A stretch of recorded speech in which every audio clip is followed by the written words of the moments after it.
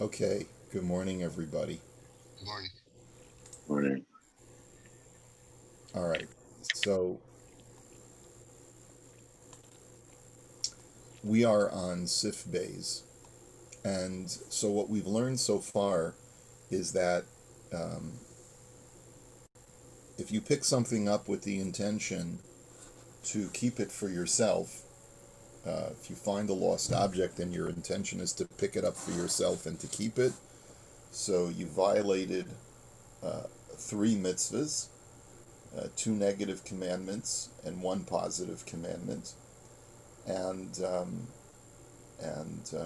the only way to and the conclusion of the Rav Shulchan Aruch at the end of this first sif was that if you have a change of heart and you have remorse and you realize you want to do the right thing, so that you have to try and refine the owner and return it. Okay, and then in sif beis he says v'chol ze b'di avad or b'di eved. The previous case that we discussed is after the fact, where you did the wrong thing and you want to make things right. Aval lechatchila l'divrei hakol asr min haTorah lihitkavein liskos ba la'atzmo. But everyone agrees that it's not permitted, according to the Torah, to have any intent of keeping the item for yourself. Kodem shenitiyashu haba'olim. If the owner has not yet given up hope of ever retrieving it. Now, how do you know whether the owner has given up hope of retrieving it or not? So that's something that the Imrei Yaakov just points out to us, and he writes. If you look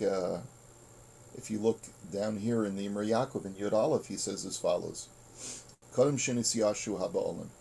If the owners have not had yeush yet, aval imnis yashu mimena haba'olim. But if the owners have had yeush, kagon sha'amru. Because let's say you have it on good authority that the owner actually said, Vai l'chisaron kis. Oh, it's lost and I'm never going to get it back. Okay, so a guy loses. Now, as you'll see in a moment, there are two types of lost objects. One type of lost object is an object that has a siman. Like our example was a wallet, has your ID in it.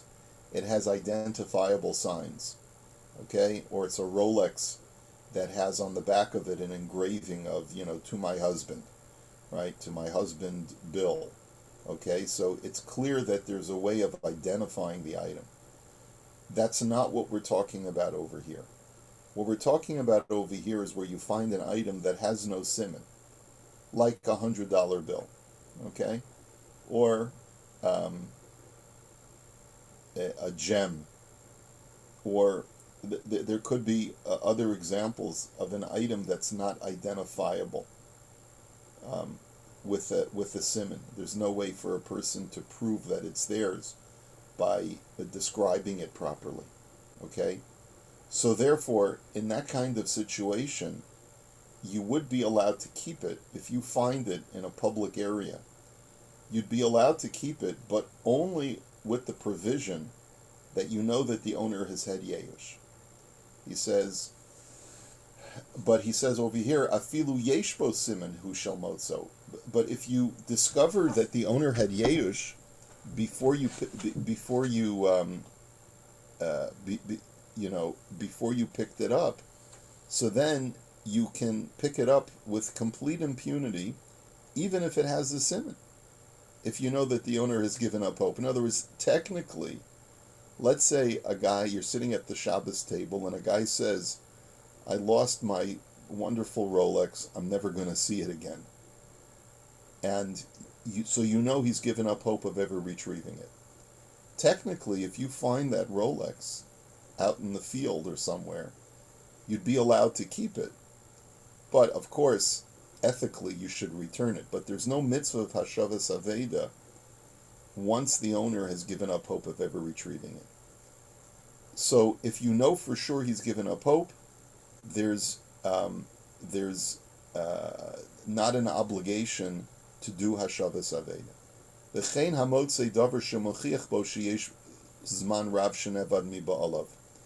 Another example is if you find something where it's clear from the circumstances, you do the forensics and you see that there's cobwebs all over it, or it's been buried for a long time. So it's been probably months, if not years, that the item has been lost, and therefore it's reasonable to assume that the owner has given up hope of ever retrieving it. Umistama nisyashu haba'alim. And therefore you can assume, it's reasonable to assume that the owner has given up hope. This is therefore to the exclusion if you find it in a place which is well protected, or something where you can tell it was put down there deliberately, and it wasn't that long ago that it was put down there. So then that this item is not considered to be a lost item. But so there are three states, I guess, of a lost object. State number one, where it wasn't lost at all, but it was put down, then you shouldn't touch it at all. It's not considered an aveda. State number two is if it's left in a haphazard place, but the owner, we don't know if the owner is even aware that it's lost, and there's no reason to assume that the owner has given up hope, has had yeyush. State number three is if the owner has had yeyush, and you can verify it either because the owner has stated verbally that he's given up hope of retrieving it, or its state indicates that it's been there for a long time. So in that third situation, you're allowed to pick it up and keep it for yourself. But in the second scenario is what we're talking about, where it's lying in a haphazard fashion, and it doesn't look like it's been there for very long, and so therefore we don't know whether the owner is even aware that it's lost. In that situation, the halacha states, Asr min haTorah kavein liskos balazma. You're not allowed to pick that item up with the intention of keeping it for yourself. Kodem shenitiashu habe'alim, before the owner has had yeyush. Afilu imhu davar she'ein bo simin. And as we'll see, we're talking about something that has no identifiable sign, like $100 bill. And you may say to yourself, well, how's he ever going to identify it? Why then, should I have to return it? Why don't I just pick it up and keep it for myself? So he says, Shebevadai misyash mimenu habolim kishenoda lahem. He says, yes, it's true. If a person loses an item that has no identifiable sign, okay, he loses a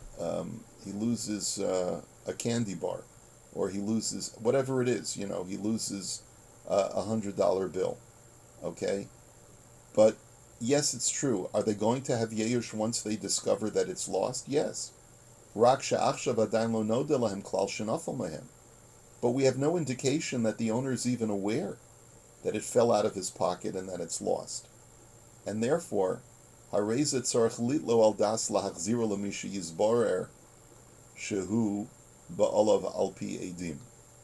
in that scenario, you are obligated, if you are going to pick it up, you are obligated to pick it up with the intention of returning it to its rightful owner. Now, let's hold it over here for just a second. When I pick something up that has no siman, that has no identifiable sign, we're basically saying, if I don't know that the owner has given up hope or not, I'm not allowed to keep it. Now, what's that predicated on? So again, here is the in Sif Katan Yud Beis, the Imrei Yaakov tells us, Rak sha'achshav adayin lo noda lahem. We have no knowledge that the owner has given up hope. The owner may not even be aware that it's lost. V'hu shekaro chazal yeyu shalom midas. Anyone who may have studied this Gemara in Bava Metzia may be familiar with that term yeyu shalom midas, where, yes, it's true, it's an item that were I to know that it was lost, I would give up hope of ever retrieving it. But we have no evidence that the owner is even aware that it's lost. Depligi bo Abaya v'Rava b'Bava Metzia chaf aleph amud beis. So this is a famous machlokus between Abaya and Rava in Bava Metzia, that Rava says Yeyush Shalom Midas Havi Yeyush, And Abaya says, Yesh Midas lo haviyesh. V'kaimelon ke'Abaya de lo haviyesh. We paskin like Abaya, who says that if the owner is not even aware that he lost it, then there is no yesh here. Even though if once he discovers it, he will have yesh. But if right now when I pick it up there is no yesh, he hasn't given up hope, so then it's still considered in his domain. The afshim hayu yodea min nefilasa hayu meyash mimena miyad mikol malkom hashtu lo yada haoved b'sha'a shabalu yad hamotza hari be'isr balu yada.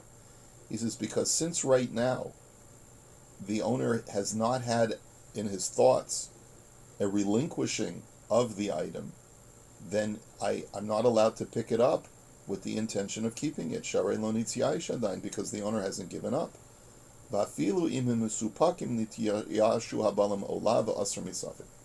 And even if it's uncertain, we're not sure whether the owner is aware of the loss or not, until I have a reasonable assumption that he has had yeyush, I have to assume that he hasn't had yeyush. And therefore, the only way that I'm allowed to pick it up is if I have intention of returning it. Now, the issue is going to be, what about the headache of picking it up, an object that has no identifiable sign? If it's lost, but a guy doesn't know about it, I'm not allowed to pick it up to keep it for myself. So, if I pick it up, it's a potential liability for me, because I may end up having to keep this item in a drawer in my house forever. I can't keep it. And the owner, even if once he discovers that it's lost, will have yesh, will not try to retrieve the item. And so he's not going to come to retrieve it. I'm never going to be able to use it. So what's the point of picking it up? See, here's the important question. Do I have an obligation to pick it up, a lost item that has no siman, that has no identifiable sign, where there's a reasonable way of getting it back to its owner? Do I have an obligation to even pick it up, or can I just keep on walking and say, you know what, it's not worth the hassle. There's $100 bill on the ground. I'm never going to be able to return it to its owner, or it's unlikely I'll be able to return it to its owner. Do I have an obligation of picking it up?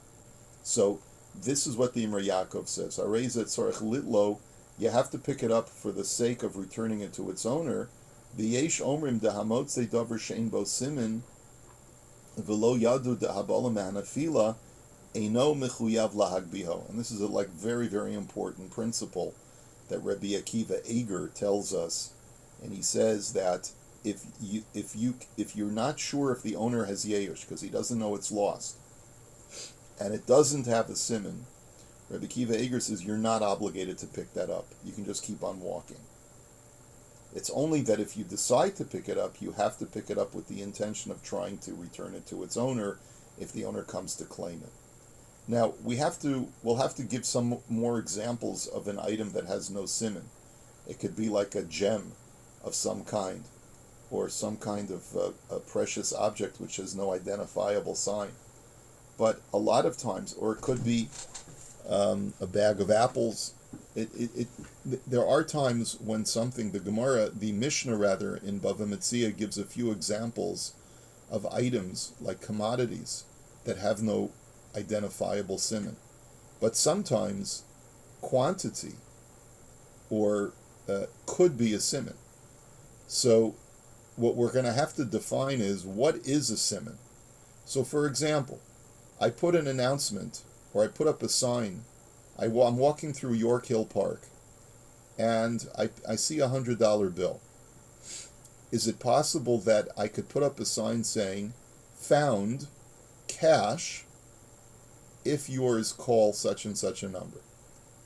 And then the person who calls, I say to him, give me the siman of what was lost. So he says, well, how can I give you a siman? You said cash. Well, how many bills were there? What was the face denomination on the bills that I found? Right? So is that in itself a siman? That's what we're going to have to define as we go along in this halacha. How do we define what an identifiable sign is? I'm going to just assume for simplicity for a moment that $100 bill is something that doesn't have a simon because it's one item, right? And a person could easily guess that it's 100 or a 20, okay? So maybe that would be something that if I see it on the ground, I should probably just keep walking. But remember that if something has a simon, like I think, Alan said, what if you find a Blue Jays hat? Okay, so if I was to put up a sign in York Hill Park saying, "Found hat, call such and such a number," right? So I would say, okay, describe the hat to me. What color was it? What insignia? What did it have on it? So is that enough of a simon? Because what if everyone knows that there's a more than a 50% chance that any kid wearing a hat in Toronto is going to be wearing a Blue Jays hat or a Maple Leafs hat. So maybe that's not a good enough simon. So we'll have to figure out how we define what a simon is. But for our purposes now, we're going to assume that there are certain things that simply don't have a simon.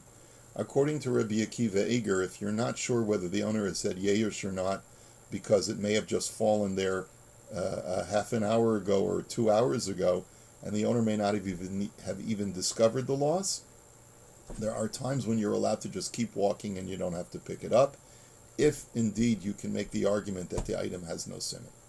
Now, if the item does have a simon, then we're going to see in Sif Gimel, then you have an obligation to pick it up, even if the owner hasn't had Yeyush yet. And you have to pick it up because there's a mitzvah, because just like you would want someone to return something to you if you lost it, you have an obligation to do the same for your Jewish brother or sister.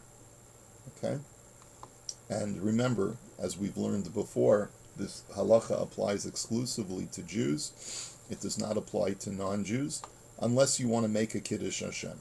You want to make a Kiddush Hashem because you find George McDonald's wallet and you want to make a Kiddush Hashem and return it to him, then obviously that's a virtuous thing. Is it the fulfillment of the mitzvah of Hashavas Aveda? Technically, no, but it's the fulfillment of the mitzvah of Kiddush Shem Shamayim, of sanctifying God's name, because he'll see how Jews behave. So therefore, let's continue. If I can So ask a couple of questions on yeah, go what we ahead. covered. I can barely hear you, Paul. Oh, sorry. Really still can? Yeah, I can. Yeah, Okay. So I presume that if you know the person gave up hope after you picked it up, that's still no good.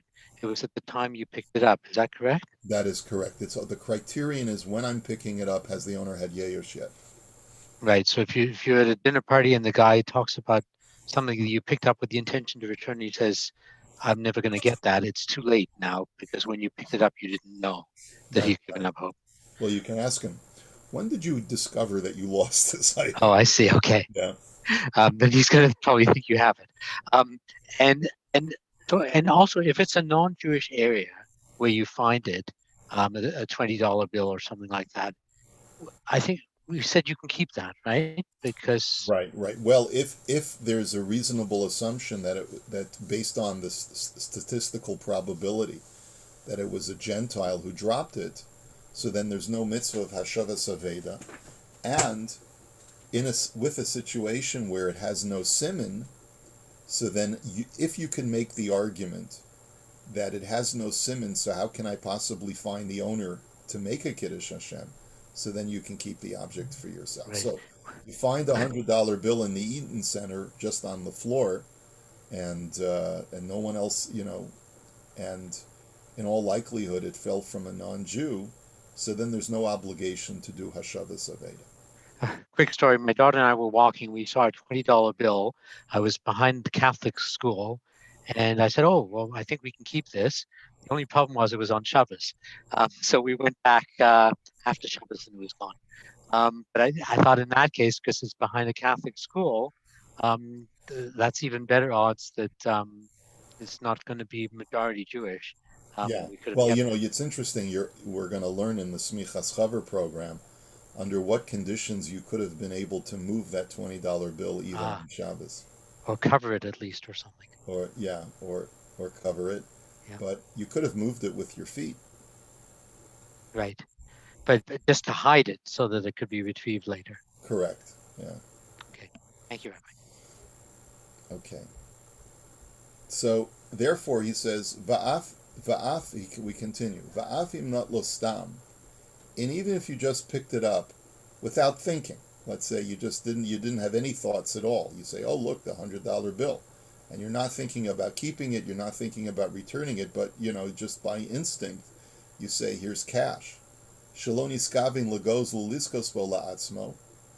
He says, as long as you haven't had intention to steal it, nasa pikadon etzlo divrei hakol, it automatically becomes like an object that you've picked up on behalf of someone else for safekeeping.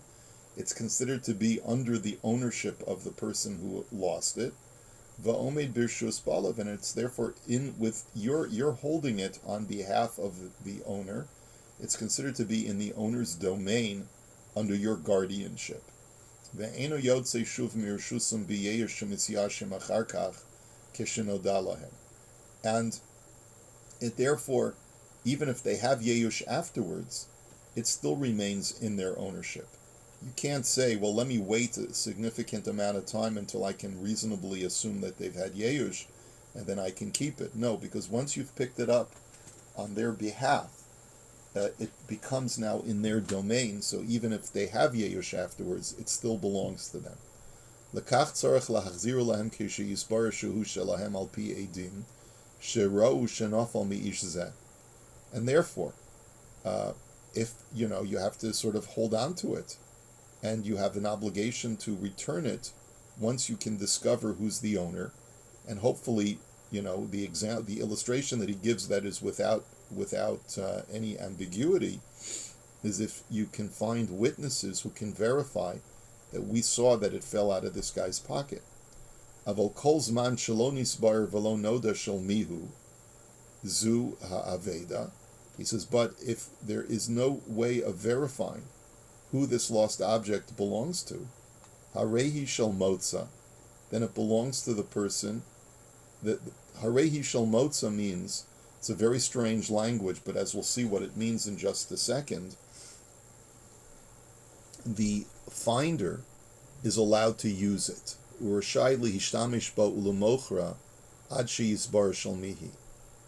finder is allowed to make use of the object without destroying it, or to sell it and to hold on to the proceeds until he discovers to whom it belongs to. And he can return it to the person who lost it and make him whole. So we're going to see two opinions in this halacha. The first opinion is that if there's no siman on it and there's no way of verifying who the owner is, so then you're allowed to use the item for your own personal use until you're able to verify who it belongs to. And then once you verify who it belongs to, let's say there are witnesses or the guy is able to verify that it's his, so then you have to return it to him. But in the interim, you're allowed to use it for your personal use. So I guess if you find some kind of electronic device or anything like that, you can make use of it yourself. That's the first opinion. But there's a second opinion, that you're not allowed to use it. You're not allowed to sell it and hold on to the proceeds. He says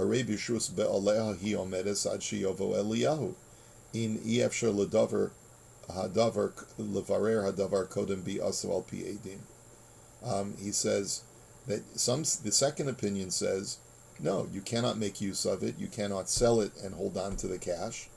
It still is within the domain of the owner, and therefore you can't touch it until Eliyahu Hanavi comes. You have to hold on to it forever if you cannot verify through witnesses before Eliyahu Hanavi comes. Uvelo edim lo yitein l'shum adam sheyomer shelihi, and if there are no witnesses, you shouldn't give it to just any person who says, hey, that's mine, where'd you find that? He says, Ki shema yavo achar kach be'aleha v'yaviu edim. He says, because how do I know that you're telling the truth? Maybe the real owner will come forward and they'll come forward with witnesses. So if something has no siman, there's no way to verify that you're the owner. So then you shouldn't relinquish it to any person who says that item is mine, okay? And therefore you're going to have to hold on to it, keep it in a drawer, and keep it for the rest of your life until witnesses come along and verify that it fell from this person. V'divreihem ikr lahachmer b'shel Torah v'gam hema harabim. And like we've learned in the last halacha, the Rav Shulchan Aruch says this latter opinion is the way that you have to go, because you have to be machmir in a Torah law, and the majority of the poskim actually side with this latter opinion. And so therefore, now up until now, like he said, like we'll see from tomorrow's halacha, we're talking about an object that has no siman. And I apologize that we're still speaking more in the abstract. We're going to get into some real life illustrations shortly, but in the abstract, you have to realize that that if an object has no siman, sometimes you'd be better off leaving it alone and just keep walking, because once you pick it up, you're going to have to hold on to it for an extended period of time, perhaps for the rest of your life, if no one comes forward with edim that it belongs to them. So that's and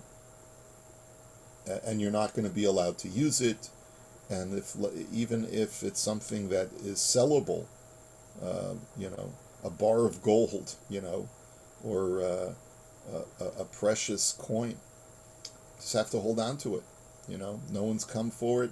No one's going to be able to verify that it's theirs. And so therefore I'll hold on to it for the rest of my life because I'm not allowed to use it, and it belongs to somebody else. It doesn't belong to me. Because when I picked it up, the owner may not have had Yeush. Even if I know the owner by now has had Yeush, but since I picked it up for them, or I picked it up knowing that it belongs to somebody else, I'm sort of keeping it within their ownership for the rest of my life. So that's the liability of picking up an item that doesn't have a sim. So when can you do Hashavas Aveda? That's going to be in tomorrow's halacha. Because in tomorrow's halacha, we're going to deal with items that have a siman, that can be clearly identified by a person who comes forward. He will not have to present witnesses that it fell from his pocket. All he'll have to do is describe the item with a certain level of detail to demonstrate that he knows that this item intimately, and then you'll have a mitzvah of Hashavas Aveda by giving it to him. Okay? So this is where we'll continue with this halacha, with the halacha gimel in Yirtzeh Hashem tomorrow. Can I sneak in one more question? Sure. So if it was like a $20 bill, my example, I presume you could spend that because there's lots of $20 bills. And if someone comes and says, I lost money and it was $20 and they can identify it, then you can give them back a different $20 bill. That would be correct. According to the first opinion. According to the second opinion, you would not be allowed to spend that $20 bill. You wouldn't even be allowed to spend it. You'd have to put it in the back of a drawer and keep it there, ad infinitum. Okay. Because I suppose a siman could be the serial number, but no one looks at serial numbers on a bill. unless you're like a savant, like in Rain Man or something. Yes. Square. Okay.